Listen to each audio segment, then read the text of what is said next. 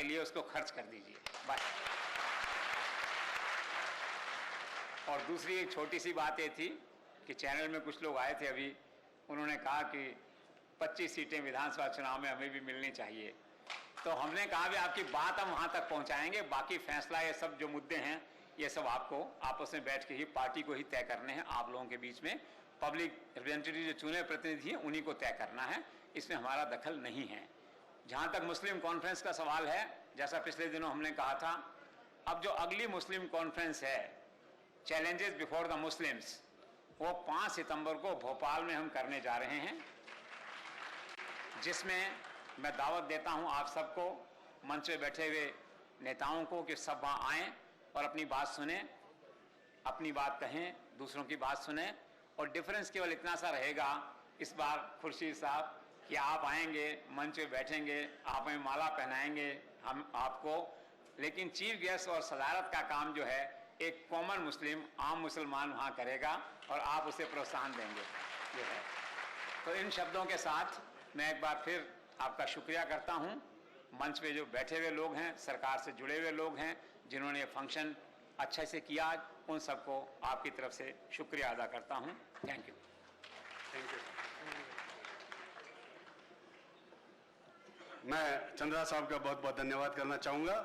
अब मैं हमारे अर्दिल अजीज MP राज्यसभा अशकली टाक साहब से इल्तिजा करूँगा कि आप जायज़ पे आएँ और हमारे लोगों को मुखातिब।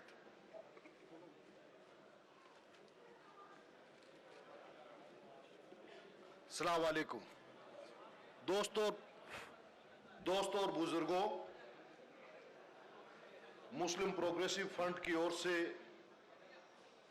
आप सबको दावत देकर हिंदुस्तान के विदेश मंत्री को दावत देकर उन बच्चों का, उन बच्चियों का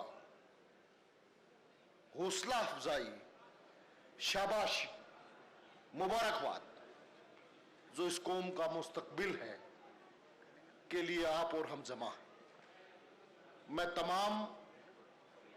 उन तमाम नामचीन और बेनामचीन, पर्दे के आगे और पर्दे के पीछे जिनकी इस काम में भागीदारी रही, सबका दिल की गहराइयों से इस्तकबाल करता हूं, मुबारकबाद देता हूं। इस मंच पर हमारे वजीर, 3 वजीर बैठे हैं, 5 चेयरमैन बैठे हैं और दिल्ली से आए हुए 2 मेहमान बैठे हैं। और उन मेहमानों का नाम लूं तो वक्त जाया होगा। कुर्सी साहब को हमारे बीच में हौसला अफजाई के लिए आए, इसके लिए दिल से शुक्रिया अदा करता हूं। और आप आते रहें, और ऐसे मौके हमारे पास में कम होते हैं कि जब हम आपको बुला सके और हमारे बच्चों का हौसला अफजाई कर सके। आप एक सलमान खुर्शीद से काम चलेगा नहीं। एक सलमान खुर्शीद जो काबिलियत के दम पर, जैसा मुनाला फजल हक ने कहा, हर विभाग का मंत्री रहता है, अगर माइनॉरिटी अफेयर्स के मिनिस्टर वो रहते हैं तो कोई खास बात नहीं। माइनॉरिटी अफेयर्स का मिनिस्टर एक माइनॉरिटी का आदमी होना, लेकिन जब कानून मंत्री बनता है तो वो कानून का 1 नंबर का आदमी होना चाहिए। उसमें कोई मुसलमान होना के साथ साथ में काबिल होना जरूरी है, अव्वल होना जरूरी है, मेरिट पे होना जरूरी है। देश का पहले बार विदेश मंत्री होना किसी मुसलमान का अपनी काबिलियत से बन सकता है। वक्फ बोर्ड का चेयरमैन तो लियाकत साहब नहीं तो कोई और साहब बनेंगे। अगर हमारे मदरसा बोर्ड का चेयरमैन फजल हक साहब नहीं तो कोई और साहब बनेंगे। लेकिन गफूर साहब को बनाया गया, वो अलग डिपार्टमेंट है। दुरुमिया साहब जो हमारे राजस्थान के हेल्थ मिनिस्टर हैं, आपको बनाया गया, ये हमारे फख्र की बात है। वक्फ बोर्ड का मिनिस्टर बनना माइनॉरिटी अफेयर्स का मिनिस्टर बनना हमारे अपने आमीन खान साहब का बनना, ये तो एक लाजिम है, बनना ही था। माहिर आजाद जी को चेयरमैन माइनॉरिटी कमीशन बनना लाजिम है। लेकिन खास बात यह है कि हम दूसरे अदारों में, दूसरे डिपार्टमेंट में, जैसा वो जगदीश चंद्र जी चले गए, गेस्ट अपीयरेंस देके उन्होंने एक बात कही कि अमाउंट जो अलॉटेड है वो खर्च होना चाहिए। खर्च करता कौन है? एग्जीक्यूशन करता कौन है? मैं 1985 में वजीर बन गया था। सिस्टम को जानते और समझते हैं कि अगर एचएम की ड्यूटी है कि स्कूल का डिसिप्लिन रहे, प्रिंसिपल सेक्रेटरी और डायरेक्टर की ड्यूटी है कि वो आफ्टर 3 मंथ रिव्यू करे। और मैं खास तौर से उन तमाम लोगों में जहां हमारी भागीदारी नहीं है, जिनका मिजाज कुछ तंग है, सरकार का मिजाज, मुख्यमंत्री जी का मिजाज, बिल्कुल दिल से कह सकता हूं कि वो मुसलमानों के हक में है। वो चाहते हैं कि राजस्थान का विकास हो, हिंदुस्तान का विकास हो, ये मनमोहन सिंह जी चाहते हैं। 15% हिस्सा हमारा मुकर्रर करते हैं, तो कौन सी जमात है जिसको पीड़ा होती है, दर्द होता है और वो जो हल्ला मचाती है।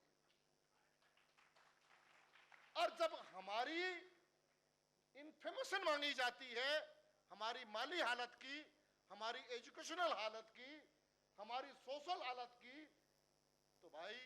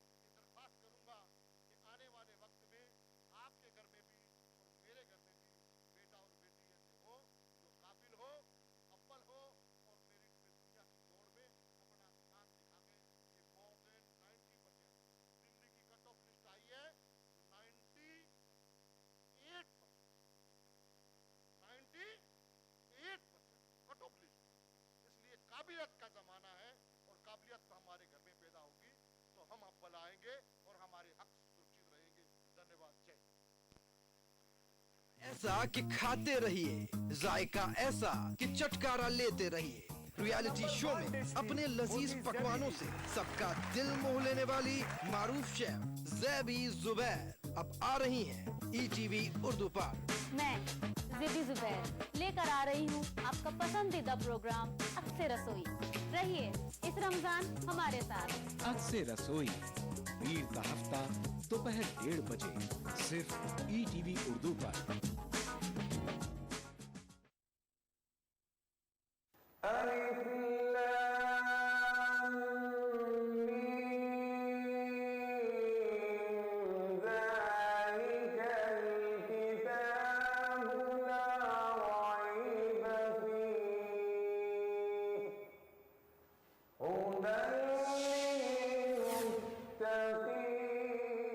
सिर्फ ETV उर्दू पर।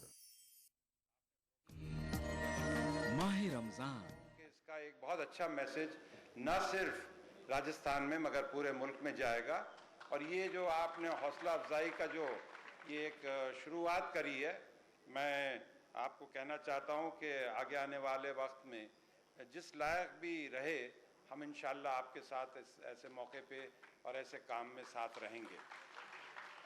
मैं अपनी तरफ से सलमान भाई का, जस्टिस सिद्दीकी साहब का मैं बहुत बहुत शुक्रिया अदा करना चाहता हूँ, और उनके साथ और जो बाहर से लोग आए हुए हैं कि आप लोग ने आप यहाँ तशरीफ़ लाए और हमारी आपने हौसला अफजाई कराई।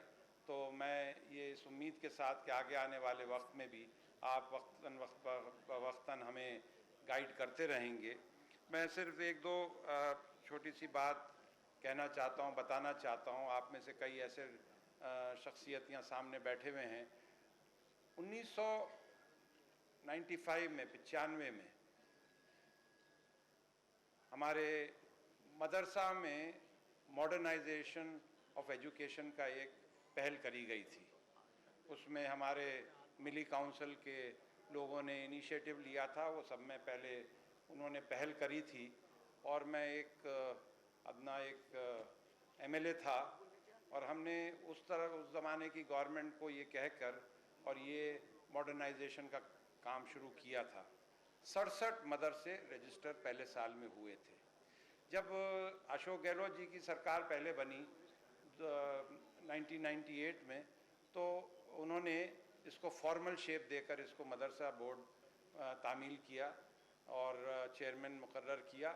और आज उसको हम देखते हैं कि इतना आज वो बढ़ गया है कि माशाल्लाह से 3000 से ज़्यादा मदरसे उसमें रजिस्टर हो गए हैं। इसका बहुत अच्छा फ़ायदा हुआ, जिसका कि आज हमें नज़र आ रहा है। कई मदरसों में मैं जाता हूँ और कई मॉडल मदरसे ऐसे हैं जहाँ के इस तरह की तालीम दी जा रही है कि आज ये जो आप काफ़ी बच्चे देख रहे हैं उनका नतीजा है।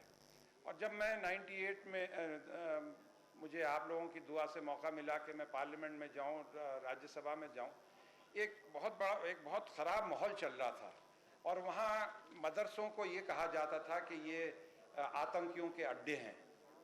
और इस पे कई दफ़ा चाहे पार्लियामेंट हो चाहे कई असेंबलीज़ हों, इसमें बहस हुई। मैंने भी उसमें पार्लियामेंट में जो भी कह सका कहा, मगर सब में ज़्यादा जो मैंने सोचा कि इसका एक तोड़ हो सकता है, वो ये कि मैंने अपने फ़ंड से बहुत मदरसों में पूरे राजस्थान में फ़ंड से पैसे दिए। अब जब पैसे कोई दिए जाते हैं गवर्नमेंट फ़ंड से, तो वहाँ फिर लोकल एडमिनिस्ट्रेशन जाकर वहाँ तहकीकात करता है और वहाँ जाकर ये देखता है कि ये वाकई ये सही जगह पे पैसे दिए जा रहे हैं कि नहीं। तो मुझे कहते हुए खुशी होती है कि जितनों मदरसों को, चाहे वो बाड़मेर जैसलमेर के थे, जिन पे कि सब में ज़्यादा एक ये उंगली उठा करती थी और लांछन लगा करता था कि साहब यहाँ आतंकियों को ट्रेनिंग दी जा रही है, और इस तरह के माहौल बनाए हुए थे। और तो जहाँ भी मैंने पैसे दिए, सब जगह पैसे इस्तेमाल हुए हैं, लगे हैं, और उसका आज फ़ायदा लोगों को पहुँच रहा है। तो ये एक बहुत खुशी की बात है। अभी सलमान भाई ने मुझसे कहा कि कुछ उर्दू के लिए आप करिए। मैंने कहा कि हमारे साथ साथ कातिल साहब जब जैसे लोग हैं, ETV के चैनल हमारे साथ है, उन्होंने बहुत अच्छा एक पहल करी है। अधूरे ख्वाब में खुर्शीद ने बहुत मेहनत करी है। इसी तरह से जो आज जिन मैं माहिर साहब ने जिन जिन लोगों के नाम लिए कि उन्होंने इस प्रोग्राम में बहुत मदद करी है, मैं तहे दिल से उनका शुक्रिया अदा करना चाहता हूँ। अपने आप को हमारी बहन के साथ मैं नसीम अख्तर के साथ शामिल करता हूँ और मौलाना साहब के साथ शामिल करता हूँ कि बच्चों को तो मुबारकबाद देनी चाहिए, मगर उनसे ज़्यादा उनके माँ बाप को मुबारकबाद देनी चाहिए कि उन्होंने अपने पेट पे पट्टी बांध के और अपने कई सेक्रीफाइस करके और अपने बच्चों को पढ़ाया, जिसका आज ये नतीजा हमें नज़र आ रहा है। और मैं समझता हूँ कि उनके जज्बे को हम लोग पहचानेंगे, उनसे हम एक निस्बत ले हम अपना एक रास्ता उनसे ले समझेंगे। और जो हमारे जो डोनर्स हैं उनको भी मैं बहुत बहुत तहे दिल से ऑर्गेनाइजर्स को शुक्रिया अदा करना चाहता हूँ। अस्सलाम वालेकुम। हमारे बीच एजुकेशन की बहुत बड़ी शख्सियत, जो एजुकेशन इंस्टीट्यूशंस भारत के पूरे इंस्टीट्यूशंस हैं, उनको मान्यता और स्टेटस देते हैं। करवा लेंगे आगे सर खड़े होंगे। मैं जस्टिस सिद्दीकी साहब को इल्तिजा करता हूं कि आप हमारे ये नौनिहाल जो आए हुए हैं, उनके वालिदैन और इनको जो मजबूती देने के लिए लोग आए हुए हैं, इनको आप मुखातिब हों। जस्टिस सिद्दीकी साहब। शुरू अल्लाह के नाम से जो नहायत मेहरबान बड़ा रहम वाला है। आली जनाब सलमान खुर्शीद साहब, जनाब दुरू मियाँ साहब, जनाब अमीन खान साहब, मोहतरमा शबिस्तान गफ्फार साहिबा और स्टेज पर जलवा अफरोज मेहमानान ज़ी वक़ार, मुअज़्ज़िज़ ख़वातीन व हज़रात, अस्सलामु अलैकुम व रहमतुल्लाहि व बरकातुहू। मैं जनाब माहिर आज़ाद साहब का शुक्रगुज़ार हूँ कि उन्होंने मुझे मौका दिया आपके सामने पेश होने का, और उन्होंने इतनी खूबसूरत महफिल सजाई, और इसके अलावा जो काम उन्होंने किया उनकी पूरी टीम ने, उसके लिए वो काबिल मुबारकबाद हैं।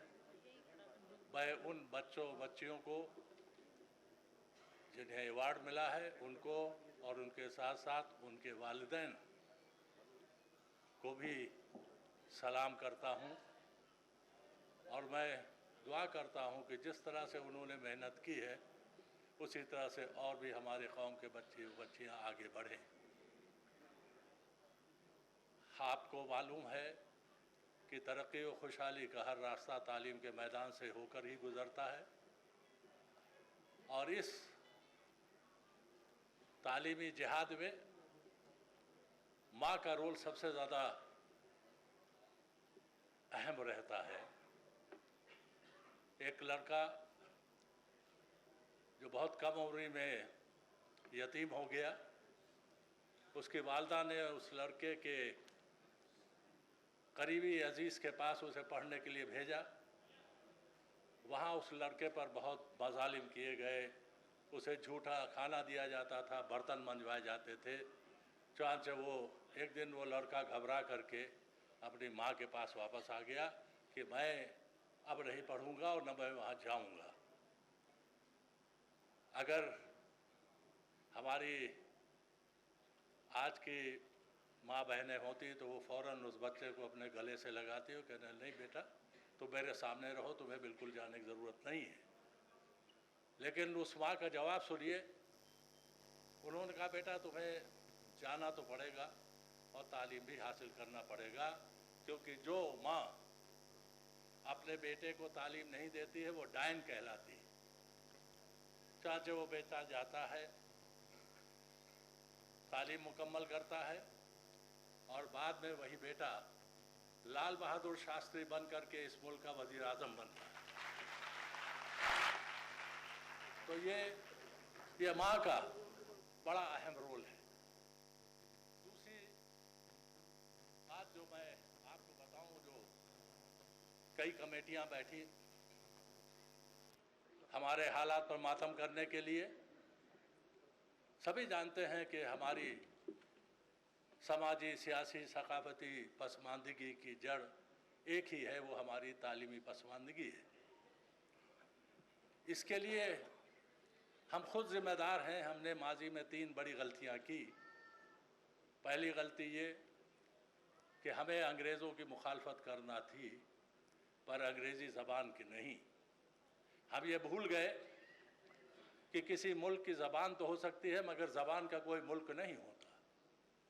आज इंफॉर्मेशन टेक्नोलॉजी का 80% लिटरेचर अंग्रेज़ी ज़बान में। हमारे बच्चे अंग्रेज़ी तालीम हासिल नहीं कर सके, इसलिए वो हर मैदान में पीछे रह गए, कंपटीशन में भी नहीं बैठ सकते, और ये हालत आज भी है। इसमें कोई सुधार नहीं आया। दूसरी जो हमने गलती की वो ये कि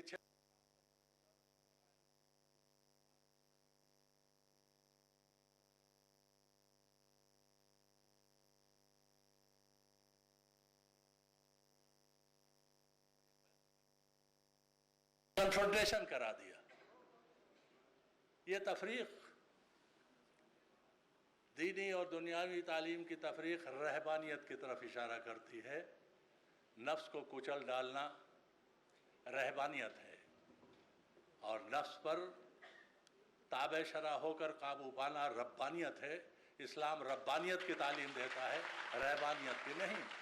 इसलिए हमारी तालीम बैक वक्त दीनी और दुनियावी दोनों होना चाहिए। देखिए, कलाम पाक में 150 जगह तो अल्लाह ताला ने ज़कात और सलात का तज़किरा फरमाया है, लेकिन 756 जगह उसने अपने क़वानीन कुदरत का तज़किरा किया है, हुक्म दिया है कि आसमानों की तरफ नज़र डालो, गौर करो, फिक्र करो, सोचो। ये चीज़ें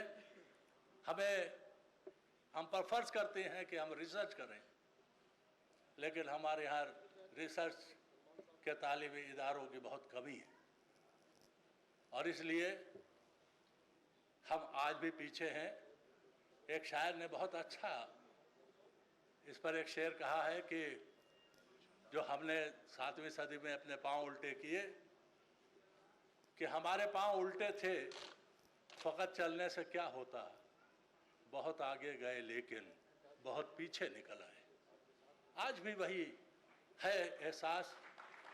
इसलिए हम पर ये फ़र्ज़ है कि हम दीनी और दुनियावी तालीम हासिल करें। दीनी तालीम हमारे लिए बहुत ज़रूरी है।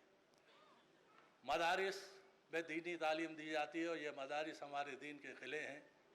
ये पावर हाउसेस हैं जिनसे हमारे घरों में दीन की रोशनी है।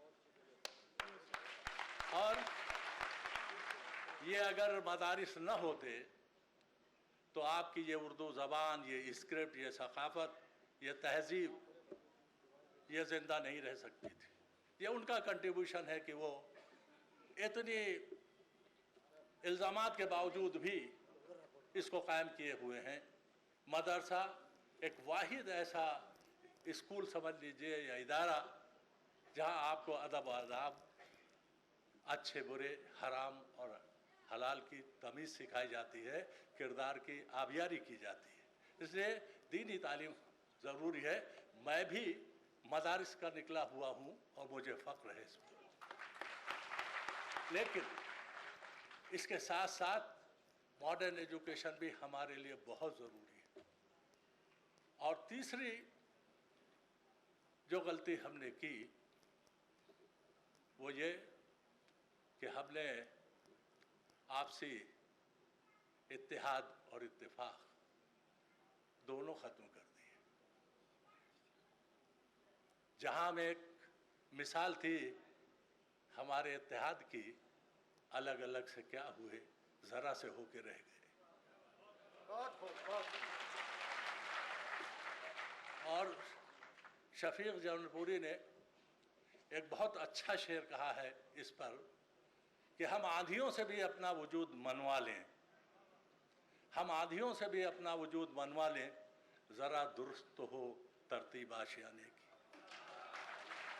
ये जो आपसी इत्तेहाद और इत्तेफाक नहीं है, उसकी वजह से भी हम हैं। और एक चीज़ और मैं आपसे अर्ज़ कर दूं कि हमारी तरक्की और खुशहाली हिंदू मुस्लिम इत्तेहाद में पोशीदा है। अगर हम हिंदू मुस्लिम इत्तेहाद कायम नहीं रखेंगे तो हम तरक्की नहीं कर पाएंगे और इस मुल्क के कौमी धारे में भी हम शामिल नहीं हो पाएंगे। हमारे चंद हजरात हैं जिन्होंने हमारी तरफ से दीवारें खड़ी कर दी हैं, हमें अलग कर दिया है और हमें एक मजबूर किया है कि हम एक समंदर में एक जजीरे की तरह हम जिंदगी गुजारें, जो आप नहीं कर सकते। समंदर में जजीरे की तरह नहीं रह सकते। आपको समंदर की कलाई बन के रहना है ताकि खुशहाली की हर लहर आपके हाथों की कलाइयों की जीनत बन सके। और वसीम बरेलवी ने कहा है, सहारा लेना ही पड़ता है मुझको दरिया का, मैं कतरा हूँ तन्हा तो बह नहीं सकता।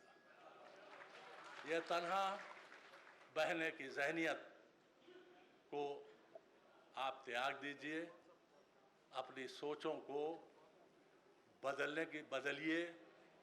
आप अपनी जो सोचें मुस्बत सोचें अपनाइए, मनफी सोचों से आप गुरेज कीजिए। मैं एक मिसाल देता हूँ, जो हमारी जो काहली या बेहिसी ये कमीशन हमारा बना और इस कमीशन ने, देखिए इस मुल्क में 5 मुसलमानों की यूनिवर्सिटियां हैं, एक अलीगढ़, एक जामिया, एक मौलाना मोहम्मद अली जौहर, एक BS अब्दुल रहमान यूनिवर्सिटी और एक जलनपा यूनिवर्सिटी बेंगलोर में है। ये 5 यूनिवर्सिटियां मुसलमानों की हैं और मैं फ़ख्र से कह सकता हूँ कि हमने 4 यूनिवर्सिटियों को अक़लियती यूनिवर्सिटियां डिक्लेयर की। 5वीं को इस वजह से नहीं कर पाए कि उसका मामला सुप्रीम कोर्ट में है, लेकिन हमारी कोशिश है और रहेगी इंशाअल्लाह कि वो यूनिवर्सिटी जो हमारी शिनाख्त है, जो हमारी पहचान है, उसको भी किसी न किसी तरह से अक़लियती किरदार मिले, क्योंकि अक़लियती किरदार मिलने से बहुत से हमें प्रिविलेज, बहुत सी आज़ादियाँ मिलती हैं। जैसे मिसाल के तौर पर अगर आपका तालीमी इदारा माइनॉरिटी स्टेटस पा जाता है तो वो अपने इदारे में कॉन्स्टिट्यूएंट मैनेजिंग कमेटी अपने खुद कॉन्स्टिट्यूट कर सकता है। गवर्नमेंट को उसमें कोई दखल देने का अधिकार या हक नहीं है।